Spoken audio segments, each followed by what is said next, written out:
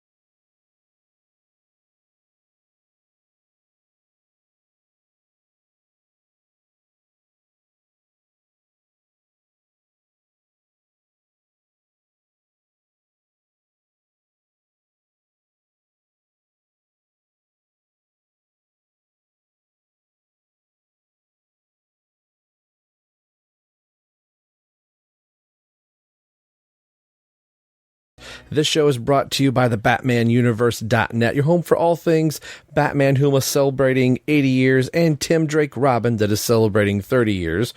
We're part of the Batman Universe Podcasting Network. We're also part of Batman on Films Podcast Network, and you can find that at BatmanPodcastNetwork.com. You can get a hold of us at Facebook.com/EveryoneLovesTheDrake. We are on Twitter at ELTD Podcast. You can find us over on Instagram, and you can email into the show at RobinELTDpodcast@yahoo.com. And we also have a YouTube page. Just look up Robin Everyone Loves the Drake Podcast. Now, for the next 7 episodes, now we're down to 6, my good co-host, buddies, partners, and pals, Terrence and Ryan, will not be on any of these. I think, well, Terrence technically was on episode 93 just because we had recorded a conversation beforehand. Not to say that as I'm compiling these that maybe we'll decide, hey, we need to have an intro because some big news just dropped. I would kind of expect that once Tim Drake's new superhero name and costume gets made known, that we will probably tack that onto one of these interview segments. But they are not here, but I suggest you go follow them during the time where they're not on the shows before we get to episode 100. Gives them a little bit of a breather before we try and figure out what we're doing for episode 100. But you can follow Ryan at SMB_Ryan. You can also hear him as the host of Batman on Film podcast, and you can follow his Azrael podcast at Azrael Podcast on Twitter, and you can follow Terrence at Tim's Redbird. So, like I said, this is episode 94, and this is our countdown or count up, depending on how you want to do it, for getting us towards episode 100. And this is going to be our interview series that is going to take us over the next 6 episodes, leading us up to episode 100. And with this episode right here, my good friend and also a co-host on Everyone Loves Young Justice podcast, Jay Yaws makes his first entry into the doorway of the Drake house. That sounds really cheesy and corny, but this is Jay's first time on Robin Everyone Loves the Drake, and what a better way to find out why he loves the Drake. So I'll let you listen to him as he tells you why he loves the Drake. But before we do that, we'll go into a couple promos, and when we get back, you'll hear why Jay Yaws loves the Drake. We'll be right back. Don't go anywhere. Can you believe it, Jay? Young Justice is back! The Cartoon Network show from 5 years ago? No, yeah, that too. I mean the comic book. Oh, cool. A comic book based off the Cartoon Network show? No, yeah, I mean that too, but not that. The 1998 Peter David run. No, yeah, kinda. I mean, this is gonna get confusing. Wait. Are you trying to say that there's a brand new comic book series written by Brian Michael Bendis with art by Patrick Gleason, along with a new season of the animated show on the DC Universe streaming app, and a digital-first comic that fills in the gaps between seasons 2 and 3? Yes. I mean, yes. Sounds like we need a podcast to keep all this straight. That's what I've been trying to say. Well, say it. The new podcast, Everyone Loves Young Justice, will spin out of Robin, Everyone Loves the Drake, as a sister podcast, following the adventures of Tim Drake and his new team, Young Justice, with members like Superboy, Impulse, Wonder Girl, Arrowette, Red Tornado, the Justice Cave, Miss Martian, Blue Beetle, Shazam, the Super Cycle, Ginny Hex, Teen Lantern. Jay! What? One thing at a time, man. Oh, sorry. We will start right where it all began, in the pages of the 1998 Peter David run. And we will alternate between that and the new Brian Michael Bendis 2019 run. While also discussing the DC Universe animated series and tie-in comics. We are part of the BatmanUniverse.net podcast network. We can be found there or wherever you listen to your podcasts. We're going to cover all aspects of Young Justice. Man, I love Young Justice. I know. Everyone does. Oh, I get it.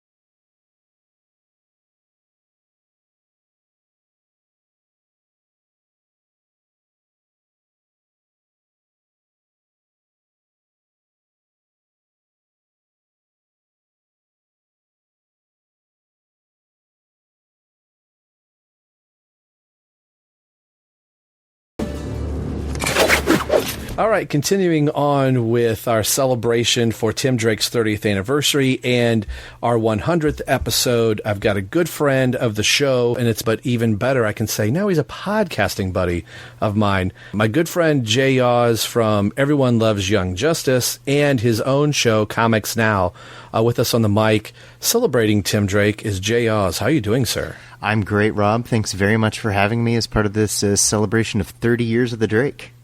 Yeah, and I would like to say that I coordinated this that the 100th episode was going to coincide with Tim Drake's 30th. No, I just don't plan well, and there was a lot of lapses where I was like, hey, look, dumb luck. So now I've just got to make sure that I land the 100th episode in 2019, that I don't derail myself. They call that serendipity. Yes, yes, definitely serendipity. We'll call it that. So what I'd like to do is, while I've got you on the mic here for a little bit, is just kind of talk about Tim Drake. And one of the first questions I have for you is, what was your first introduction to the character? Could be comics, animation, or a pencil that you got at Six Flags. Rewinding just a bit before, what really got me into just Batman in general was the movie Batman Forever. Came out when I was 10. First Batman movie I saw in the theater. Before that, I was kind of into Marvel for a little bit. I liked the X-Men and things like that, but I wasn't like a huge comic nerd or anything like that. But after I saw Batman Forever, I have not looked back for the past 24 years, pretty much. So I, would watch that movie over and over and over again whenever I got the chance, and watch Batman the Animated Series, and then eventually, the new Adventures of Batman, or the new Batman Adventures, whichever. I think it's the latter. Yeah, I always Batman forget which way that's worded, because there's technically two. Yes. But I would watch that when it eventually came on. What really introduced me to Tim Drake, though, was I was wanting to get into the comics, but really didn't. There isn't really a good quote-unquote starting point unless you want to go all the way back to the beginning, which is a little difficult, especially if you're, an 11 or 12-year-old trying to do this.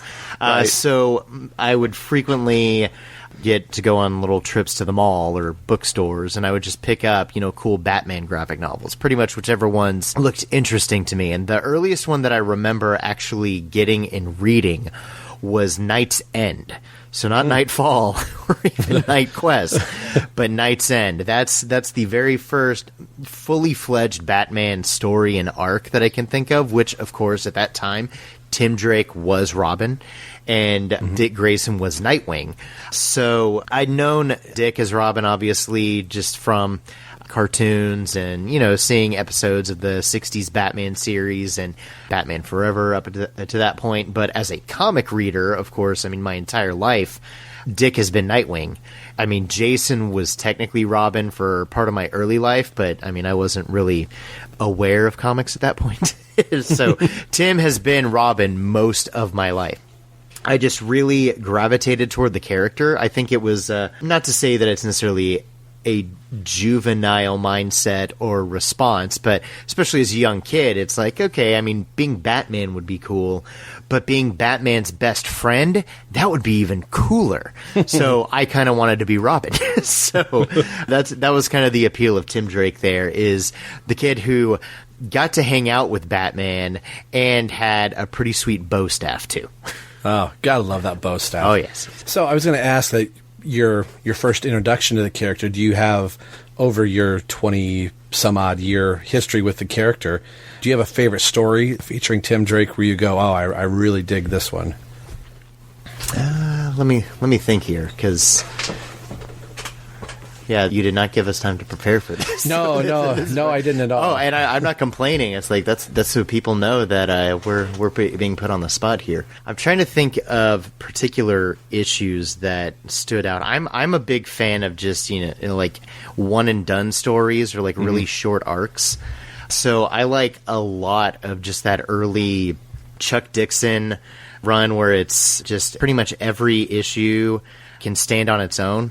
Funny enough, the very first issue was a Night's End tie-in, so maybe not that one. I like issue 0 where he met young Dick Grayson. It was young Dick Grayson. I think the variant of that is that really cool image where Tim just has the staff above his head and he's kind of lunging at the frame. Is it that one, or issue 0 is the where he's lunging at the frame, and then issue 10 0 hour. Issue 10 is 0 hour. 0 hour. Yes. Yeah. See, I get those two confused as well, and that's one of those like you're talking about. It's a nice one and done story that it ties in to the 0 hour event, but it's a really concise told Robin story that if you didn't realized that the 0 Hour event was going on, that it still reads very well all on its own. Those are some of our favorite to cover on the show, is a 2-issue arc. Like we did the Ninja Camp one not that long ago, and Peek Behind the Curtain, we just recorded the Underworld Unleashed event that ties into the Underworld, and I kept saying on the show underwear, so but it told its own little story as well, rather than, it's tied to a narrative, but it's not the whole entire thing. Yeah, I like that Ninja Camp arc, too. That one really stuck out to me. I think that was the first time I read the Alvin Draper the pseudonym. I can't remember the issue. I want to say it's around issue 40. The cover is just almost completely white, and Tim is kind of crouched over a body, like in the snow. 46. Oh, is it 46? Okay. Yeah. And I think that's the one where he tries to rescue a kid who had been like pinned under a building. Yeah. And he ultimately drowns. I mean, that was a really powerful issue, especially when I read that when I was, about 12 or 13.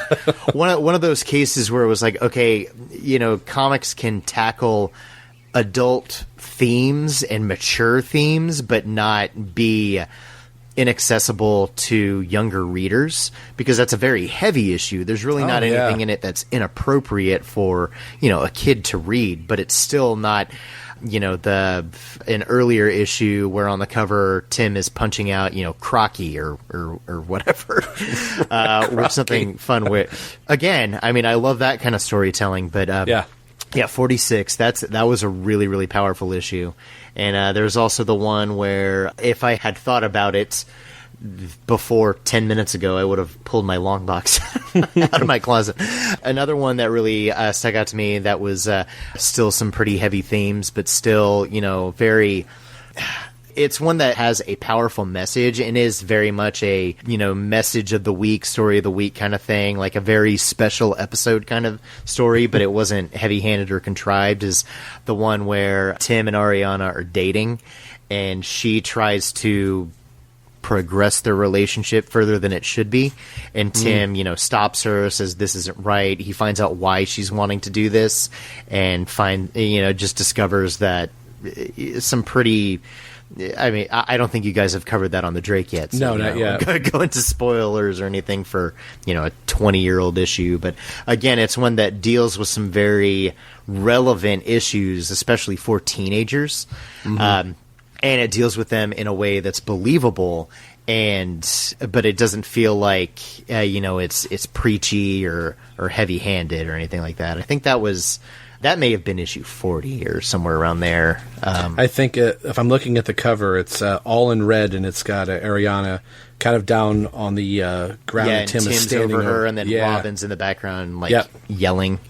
Yeah. Is that issue 40? That's issue 40. It says Robin in After the Pain, Rage. Right, yeah. That one. So those were some really good stories that I enjoyed. Trying to think of other... I mean, my thing was I would want to, especially around that time, if Robin was in it, I would want to read it. So I even liked reading... Legacy, where there was that virus that infected the citizens of Gotham, and Tim was actually infected by it.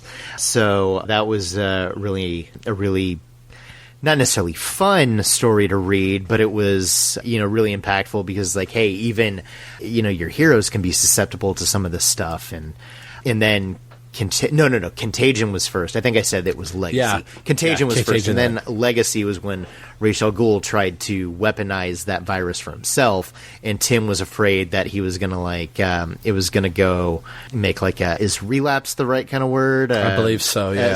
Something like that. Or be more susceptible to it again, Exactly. So I liked reading that kind of stuff where Tim, and really the whole Bat family was just a part of it, and going on adventures and having their own kind of niche, whatever, however you say it, within the story, but everybody still having something to do. Like Barbara is Oracle, and in the case of Legacy, Nightwing went to the Middle East to fight Ra's al Ghul, and then Azrael, I think he was used at a point to try to find the cure, like in Contagion and things like that. So I like reading stuff like that where everybody has a role. Well, speaking of reading, we've got Robin, Red Robin, Young Justice, and Teen Titans, Jeff Johns. If you were going to pick or tell somebody, like, here's a good example of what Tim Drake is and who he represents, do you like him as more of the adult Tim Drake in the Red Robin series, or like older, like maybe early 20s, late teens? Right. Part of a team book is Young Justice, or a younger or an older team established in Teen Titans or the Robin solo series? I mean, the one that I have the most familiarity with is as a younger, kind of mid-aged teen from the Robin solo series. I read quite a bit of Young Justice back in the day. I honestly, when he was part of the Teen Titans, that was in a time where I wasn't reading comics as much. I would pick up some big titles here and there, but Teen Titans and even Robin's series at that point was one that really wasn't, just for budgetary reasons, I wasn't picking up any longer. And because I kind of reached a stopping point with Robin and collecting that somewhere in the 90s. And then, by the time I was starting to get back into things, he was in, the 110s or even 120s of his series.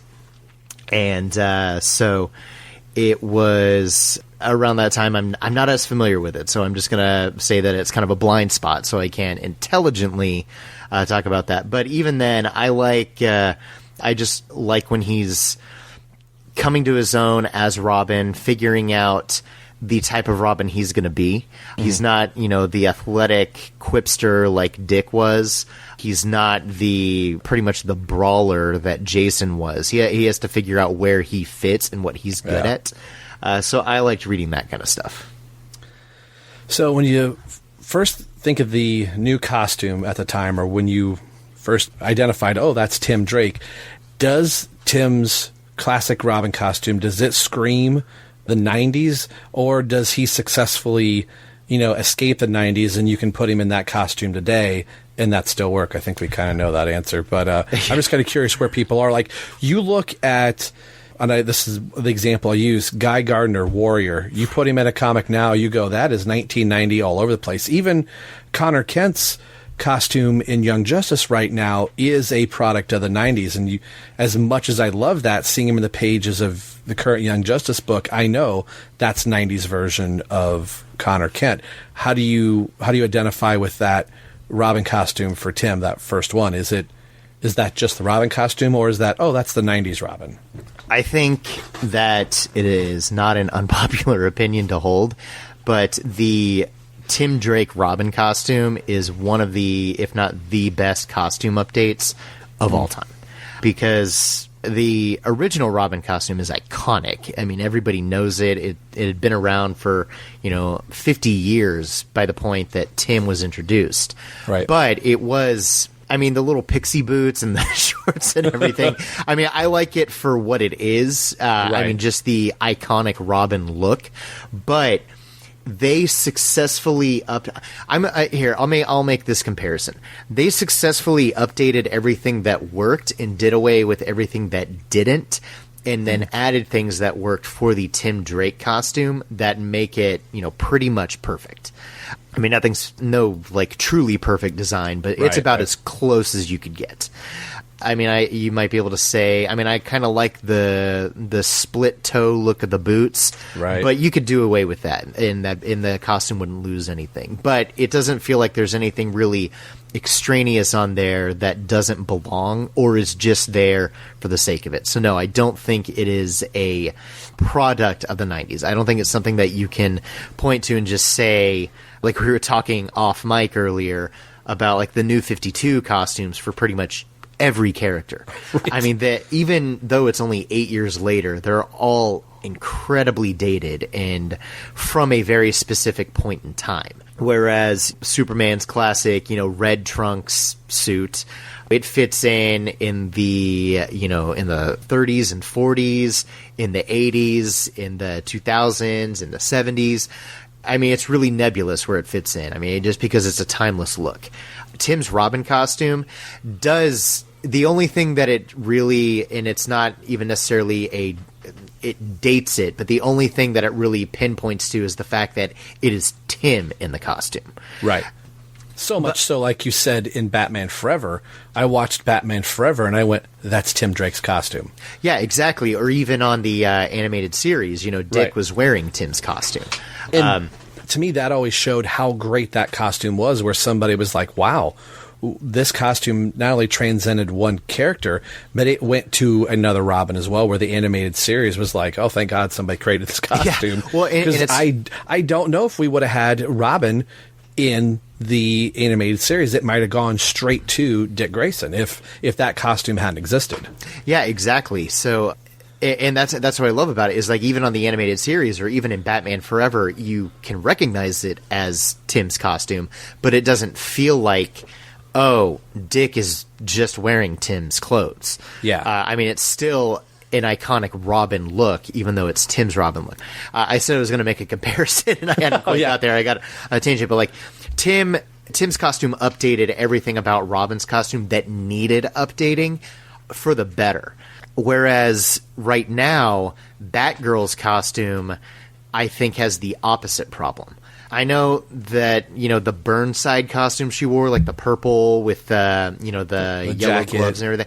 Yeah. I liked it, but I understand why people didn't. It is still definitely a costume that's kind of a time and place, but I still thought it was fine. But now, I think Sean Gordon Murphy designed this new look for her that is very reminiscent of her classic gray and yellow costume, but it has enough extra details added onto it that it almost looks perfect, but there's just enough added nonsense that I almost kind of hate the costume. Just because it's almost great, but not quite, and then it's just almost because she has little spike spurs on her heels that really don't serve any purpose. Right. She has a huge domino mask, which isn't necessarily a problem, but then she has bat ears in her hair that can only be attached, as like a headband. I don't know. It's kind of a mystery how those can even attach. Whereas, if she had a full cowl, even with, the wide open eyes, it would still look fine. But now it's just she has a huge domino mask, her long flowing red hair, and then these two little ears stuck on there that it just looks weird. And even I understand the functionality of it.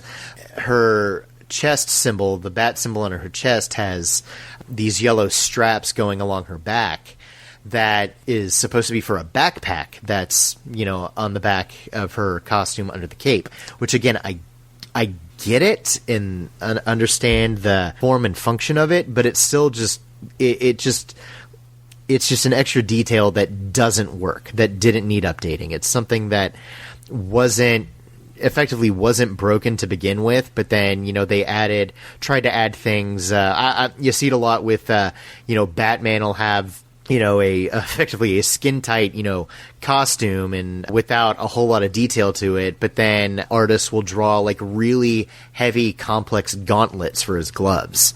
It's like, that may be how it would need to work in real life, but there's a suspension of disbelief in comics. It's like, okay, that's not entirely necessary. We can believe that these little capsules, like on Tim's shoulders, can hold what he needs. Right. Or, that, Nightwing had the glove and boot compartments on there. It's like, okay, we suspend disbelief that could hold it. You don't need these really complex added details of piping and everything like that to make it look quote unquote realistic, because it just looks kind of messy on the page.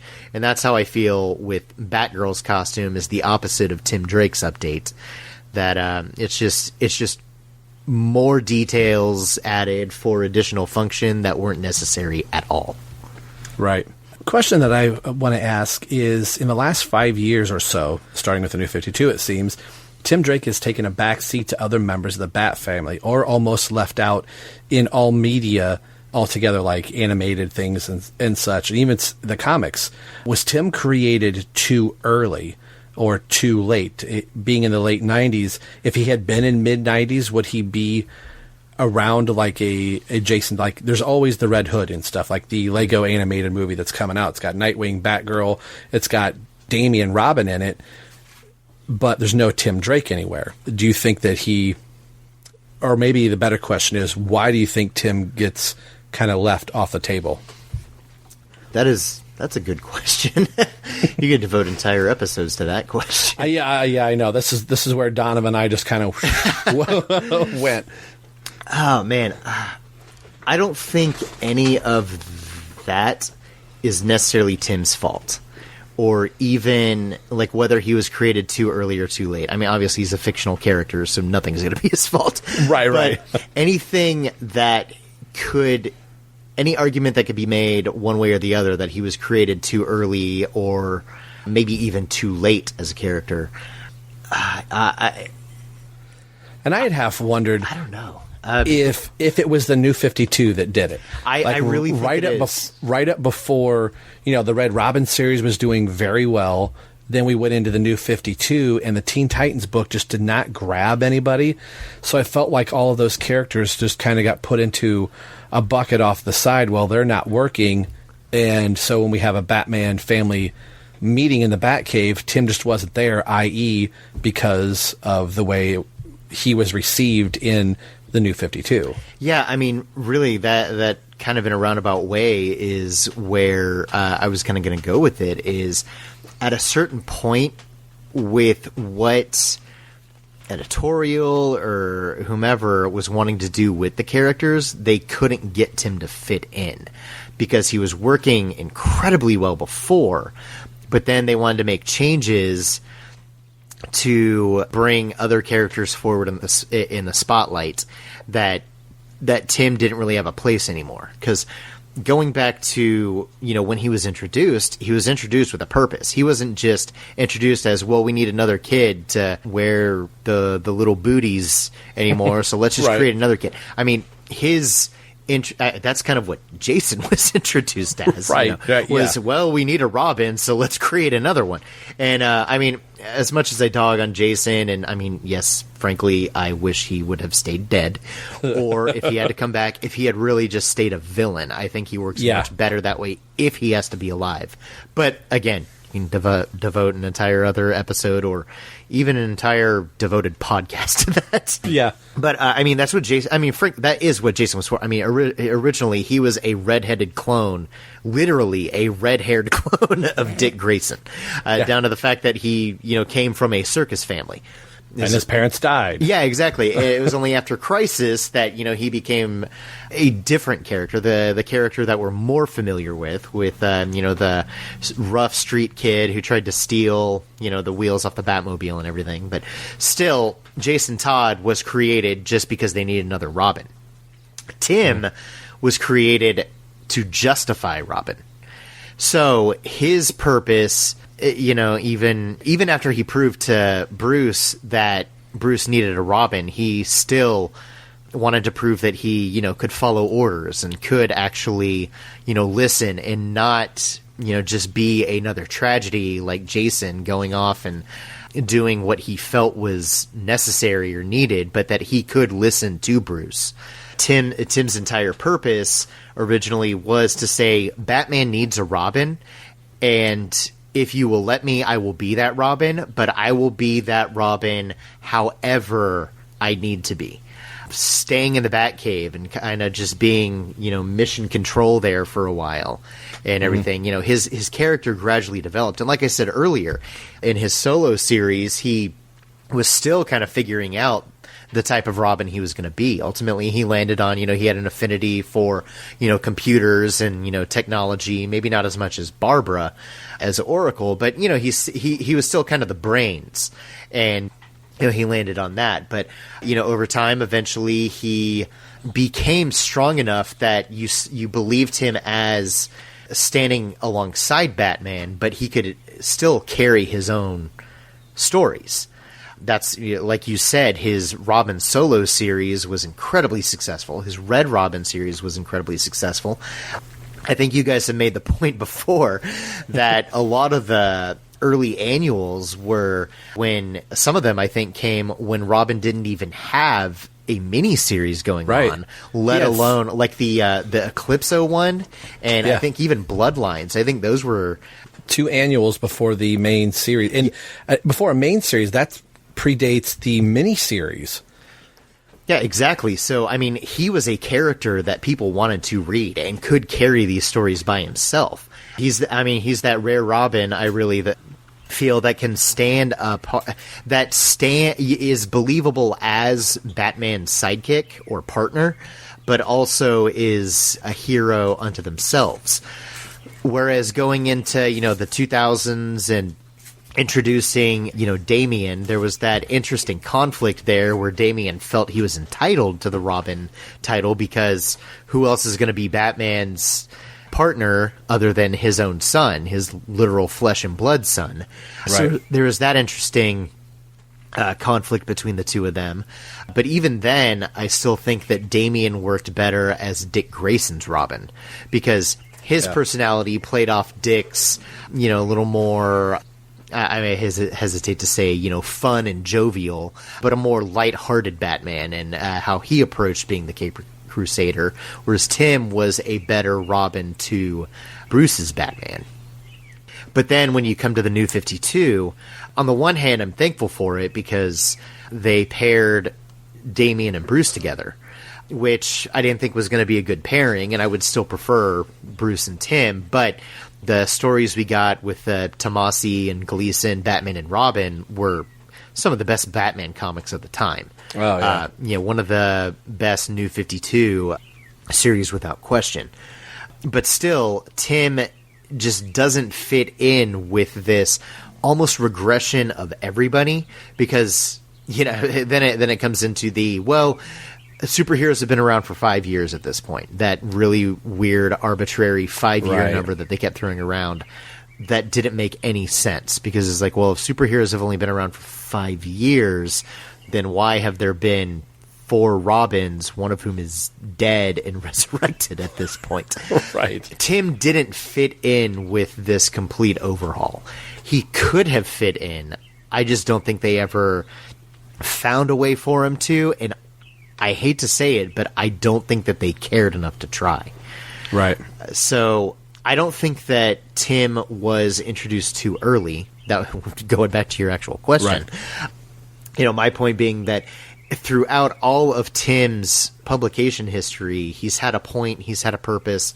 He's come to a point where he can carry his own titles, where he can be his own hero who's still linked to Batman, but doesn't necessarily need Batman in the story to be able to tell compelling adventures.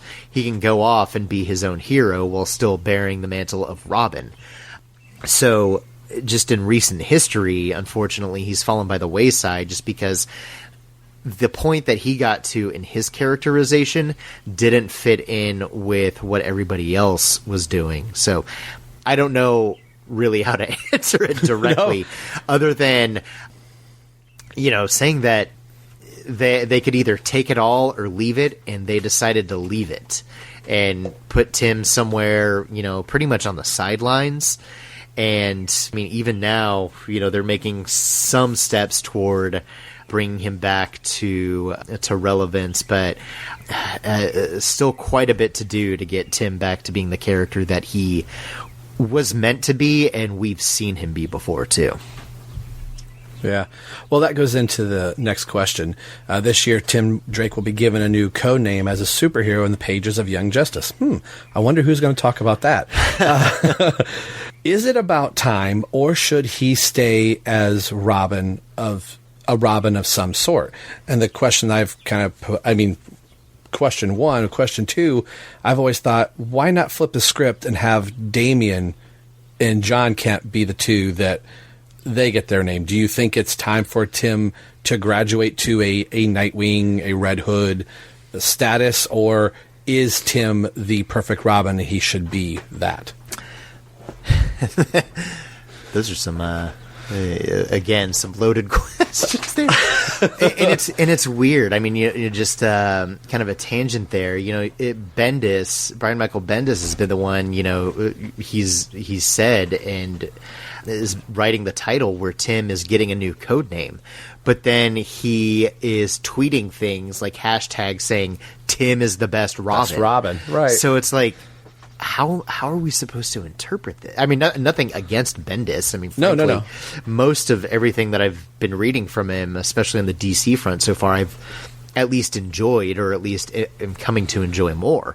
But still, it's like, how are we supposed to, you know, I mean, I appreciate that he's being the hype man for the series and is showing his passion and saying that, you know, how much he loves the characters, but it's still just, even though I agree with it, yes, Tim is the best Robin. It's a weird thing to say that and say, oh, by the way, in 2 months he's getting a new name.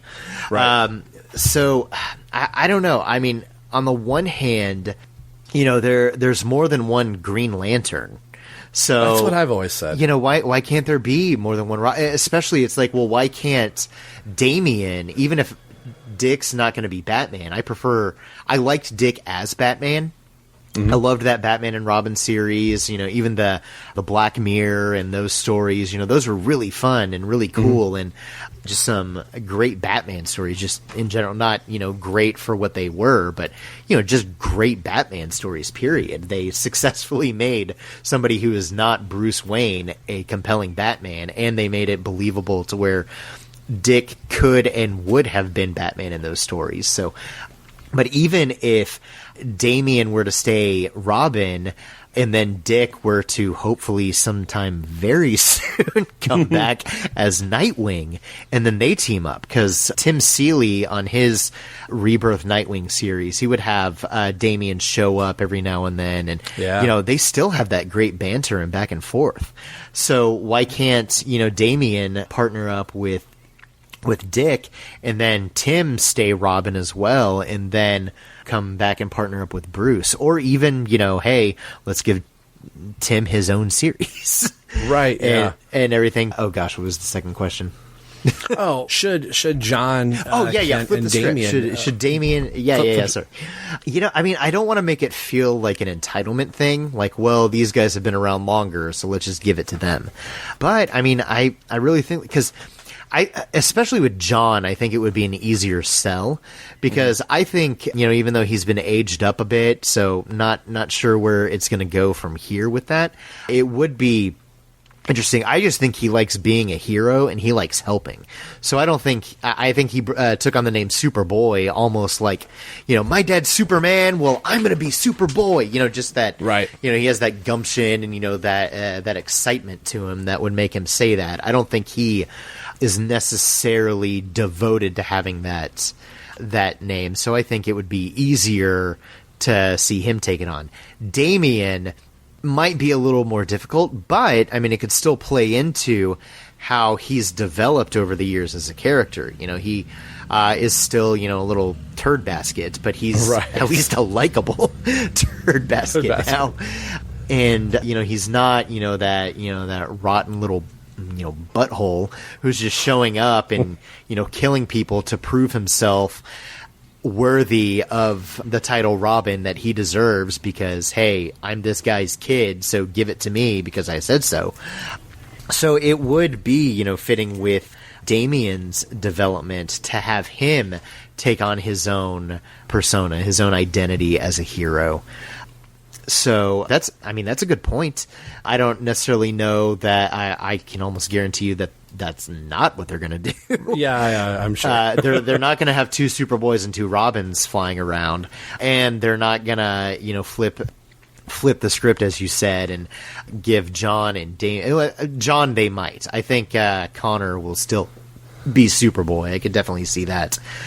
But Damian, I can almost guarantee you he's going to stay Robin. But it would be interesting. I mean, for those reasons. Like I said, John, because he just wants to be a hero and someone else gives him a cool name and he likes it more. And then Damian to kind of show how he's developed as a character to take on his own. I could definitely see that. I had the pleasure of talking to Doc Evan Shaner at Motor City Comic Con, and what a cool guy. I was having him sign some books, and I said, I know you can't say anything, but I said, I'm really curious as to what is going to become of Tim and his new name. And he paused for a second. And he said, of course, I've got to see some stuff and I've got to draw some stuff. He said, but what I can say is, like, I was nervous at first. He says, being a Tim Drake fan and looking at the history of the character, he's like, I'm excited. And he's like, once I saw it, he went, yep, that's Tim. So that made me feel good that somebody currently working on the character, even if it's just in cover form, even though he did the interiors of 6. That made me happy to hear that. So it's cool. A final question I've got, speaking of costumes, if you had to pick one costume for Robin for Tim Drake, which is it? The classic or the 1 year later outfit? And do you have any feelings of the 1 year later outfit? I actually, I feel like the classic Tim Drake look is, just iconic and one of the best. That and Dick's, Nightwing costume with the finger stripes, the one that he got in, going into his solo series in the 90s. Mm-hmm. I think those are, probably the perfect examples of how you update a character's costume for the better. So obviously I love the classic Tim look. Even though I prefer that one, I like the 1 year later one as well. It's still distinctly Tim. Again, this is kind of from an area that's kind of a blind spot in my reading, so it's just something that I've had to fill in holes. But didn't he choose that color scheme because of Connor's death in Infinite Crisis? Yeah. Yeah, so I like the sentimentality of it. I like the story reasoning as to why he would update it. Yeah, I mean, even though I prefer the classic one, if somebody, were to say, hey, do you want me to draw you Tim Drake? And then they drew him in the 1 year later costume, I wouldn't be upset at all. Now, if somebody said, hey, you want me to draw you Batman, and then they drew me, as Bats, okay, I probably wouldn't be upset about that either. But you know what I mean? Yeah.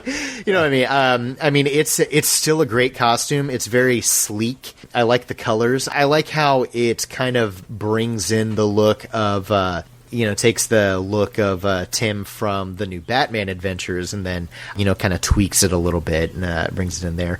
I do feel like it maybe is missing a little something. I'm not quite sure what. And what I like about most about his classic look is that, the color scheme just works really well. Right. The black boots, the green leggings, and gloves and the shoulder whatever sleeves, and then you got the red tunic with the yellow belt and everything. I think that works really well. Just having that solid red costume doesn't look bad in any way, but it is a little more plain. But again, I would prefer maybe a little, and maybe under-designed isn't the right word to use, because I think, again, it's still a great look. Whereas the other one was pretty much perfection. This one's close, not quite, but I still like it quite a lot. Yeah. Any other final thoughts you have for Tim Drake and maybe why Tim has lasted 30 years and hopefully beyond? I think a lot of it is, like I was saying earlier, Tim justified his existence. He justified why, just on a meta storytelling level, how he was introduced, why he was introduced was, they explained it incredibly well. I've said justify several times now, so I'm hesitant to use the same word, but they made it work. It wasn't just, we need some other kid because we want to sell Robin toys or anything like that. They actually made it work within the story. And, you got to stretch, the imagination a little bit as to how he, discovered everything. Right. And, pieced it together. But, they made it work. They made how he developed to become Robin because, he became Robin out of necessity, but he still doesn't feel it's necessarily a burden. Because, of course, because, you're Rob of Everyone Loves the Drake, so of course But, just to reiterate the entire point of it is, he knew Batman needed a Robin, so he went to Dick Grayson to say, hey, he needs you, and he needs you to be Robin. And Dick, shunned it because he was his own man at that point. He was Nightwing at that point and didn't want to go back, didn't feel it was right, which frankly it wasn't. He didn't need to be Robin anymore. So Tim understood that, they need a Robin. Batman and Nightwing are about to, possibly die. I'm the only one who can do this, so I'm going to. And then, he suited up, of course, and, saved them. But then, even though he was, kind of in Batman's good graces then, he still was willing to, follow instructions and follow his directions and say, I won't go back out on the streets until you tell me I'm ready.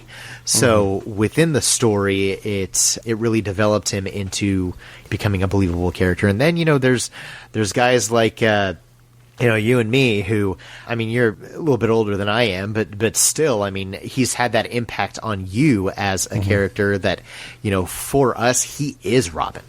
He is who we think of when someone says Batman and Robin, and he is, the character that we relate to as that character. So I think that is what really has made him work over the years. The fact that, like I was saying before too, that he was able to sell Robin and Red Robin solo series, by himself with his own name, and they were incredibly successful, very, popular, they sold incredibly well, to the point that people were kind of shocked that they, canceled them with the New 52, because it's like, hey, give us more of that, but they didn't give it to us. Right. So I think there's just a lot of that, a lot of relatability, I think, in his character with maybe being, he doesn't necessarily have any sort of anxiety, I would think of, or anything like that per se, but he is the one who maybe second guesses himself more. Because, he's, he's so smart and he does understand things. He, can tend to overthink it, which, not to say I'm a genius or anything, but I can definitely overthink some things myself. Yeah. So, I think that, maybe every Robin's relatable in their own way. So, he has some things that I relate to and other things that I don't. So it's not like I necessarily think he's the most relatable Robin, because I don't think every Robin is any more relatable than the others, because Dick has a bright outlook on life and is has a positive attitude, which is good attributes to have, but he's also incredibly handsome and everybody is in love with him, and that's not all of us, I'm sorry, me included. And then, with Jason, everyone has a temper. It may not lead us to get killed, but, there's a little bit of that. And I just think that, like I said, Tim Drake's Robin has a point and a purpose. And I think that's what has made him resonate with people so much over the years. Well, cool. I'm glad we had a chance to have this conversation. And as I'm piecing this together, like, these are the more of these interviews, I'm doing air quotes here, which they are, finding out why everyone loves the Drake, and I'm really excited to be able to celebrate our 100th episode with doing all of these interview type things here. I think it's going to be really cool for people to hear this. So before I let you go, where can people get a hold of you out there if they want to check out what you're doing and your footprint on the internet? Yeah, like Rob said earlier, just personally, you can follow me on Twitter at JAYAWS.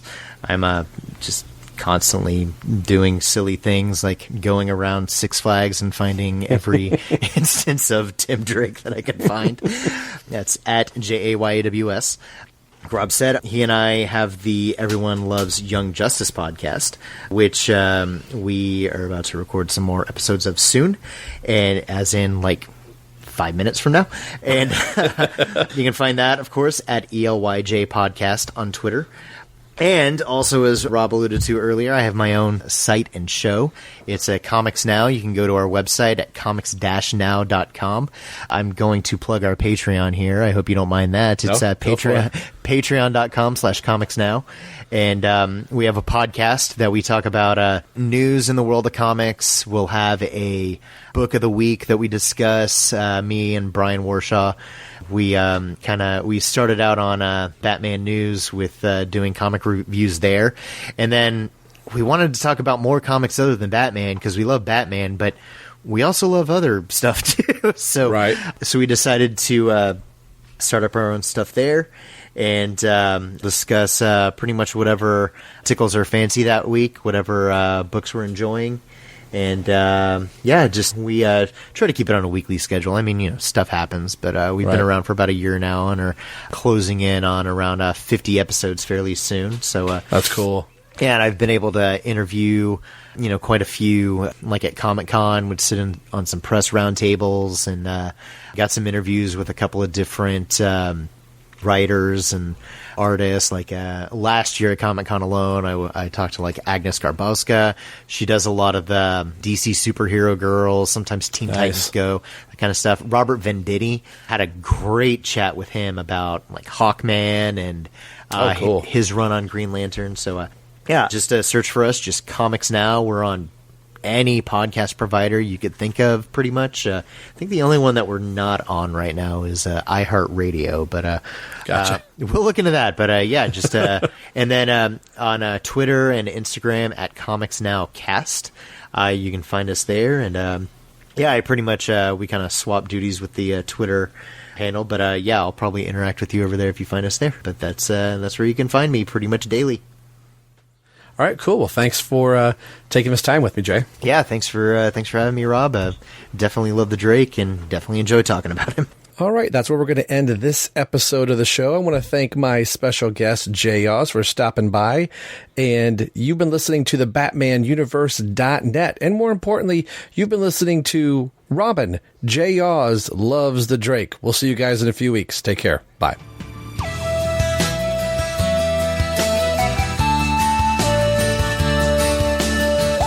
Thanks for listening to Robin, Everyone Loves the Drake podcast. This has been brought to you by the BatmanUniverse.net. Tim Drake, Robin, and all Batman-related characters are under copyright of DC Comics. This podcast is solely for entertainment purposes, so no infringement is intended by this show. This show is not a good revenue stream. Actually, there's not a stream at all. All music and sound clips are under copyright by their respected copyright holders. So there should be no need to send the Penguins lawyers after us for ill-gotten gains because there are none. You can get a hold of the show a few different ways. We are on Twitter at ELTD Podcast. You can also email in at robineltdpodcast@yahoo.com. Our Facebook page can be found at www.facebook.com/everyonelovesthedrake. And as always, you can message directly over at the BatmanUniverse.net. So email, tweet, or message us. We'd love to hear from you, and we'll read your comments or responses on the show. The show you're listening to can be found a few different ways through iTunes and Windows Media, also over at our host, TBU. Leave us a review on iTunes if you listen there. It'll help spread the word of the show. Make sure you head over to the BatmanUniverse.net, your home for all things Batman and Robin. Thanks for listening to the show and hearing why everyone loves the Drake. We'll see you in a few weeks.